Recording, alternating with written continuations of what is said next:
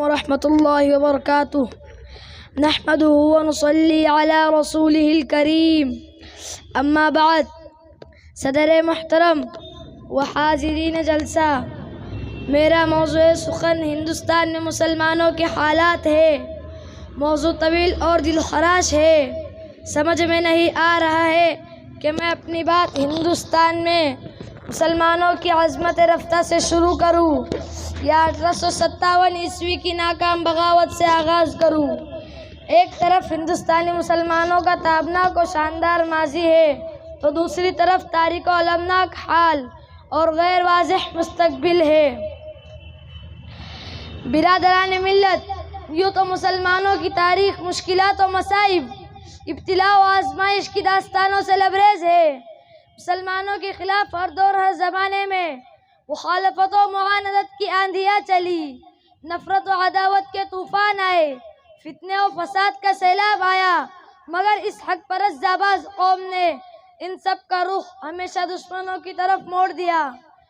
آج بھی عالمی پیمانے پر مسلمانوں کے خلاف سازشیں ہوتی ہیں، اسلام کے خلاف تحریکیں چلتی ہیں، مسلمانوں کو اور ملک میں ظلم و ستم کا نشانہ بنایا جاتا ہے۔ برادران ملت، مگر جو شدت ہندوستان میں نظر آتی ہے وہ کہیں اور نظر نہیں آتی۔ یہاں مسلمانوں کے خلاف نفرت و عداوت، ظلم و ستم، مصائب و آلام کا سلسلہ آزادی کے بعد سے جاری ہے۔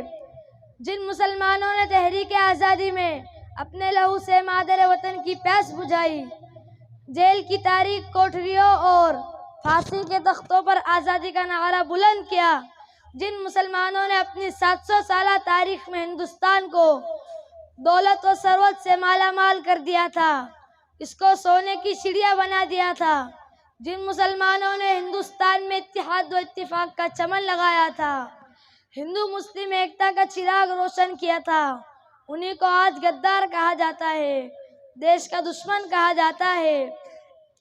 جب وقت پڑا تھا گلشن پر مجھ سے ہی لہو کا دان لیا، جب وقت پڑا تھا گلشن پر مجھ سے ہی لہو کا دان لیا، اور میرے ہی لہو کے چھینٹوں سے ہولی بھی منائی لوگوں نے۔ برادران ملت، یہ مسلمانوں کا احسان ہے کہ انہوں نے اس دیش کو قطب مینار کی بلندی، چار مینار کی عظمت، جامع مسجد کی پاکیزگی اور تاج محل کی خوبصورتی عطا کی، ہندوستان کو جنت نشاں بنایا، اس کے وقار کو بلند کیا، مگر آج اس کا ثمرہ کیا مل رہا ہے؟ بھاگلپور کی خو چکا داستان، ملیانہ کا المناک واقعہ، مراد آباد کی لہو لہان عید، میرٹھ کے جلتے مکانات، بجنور کی دلخراش چیخیں، احمد آباد کا دلدوز ہنگامہ، جمشید پور کا ہولناک فساد۔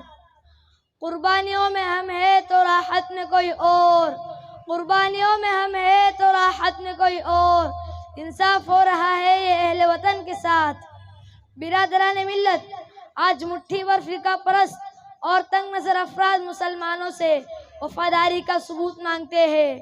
وہ بابر کو غاصب کہتے ہیں، اکبر کو غاصب کہتے ہیں، اورنگزیب کو غاصب کہتے ہیں، مسلمانوں کو بدیشی کہتے ہیں۔ ذرا ان سے پوچھئے کہ تم جو لنگوٹی باندھتے تھے، پتوں پر کھاتے تھے، عورتوں کو زندہ جلاتے تھے، ننگے بدن رہتے تھے، تم کو جینے کا سلیقہ کس نے سکھایا؟ رہنے کا ڈھنگ کس نے بتایا؟ کھانے کا طور و طریقہ کس نے سجھایا؟ آج تم کو مندر کی فکر ہے اور مسجد سے نفرت ہے۔ یہی مسجدیں ہیں جن کی بدولت تاریخ نے تم کو جانا ہے، یہی مسلمان ہیں جن کی وجہ سے تم مشہور ہوئے۔ تم ہندوستان کے دوست کب سے بن گئے؟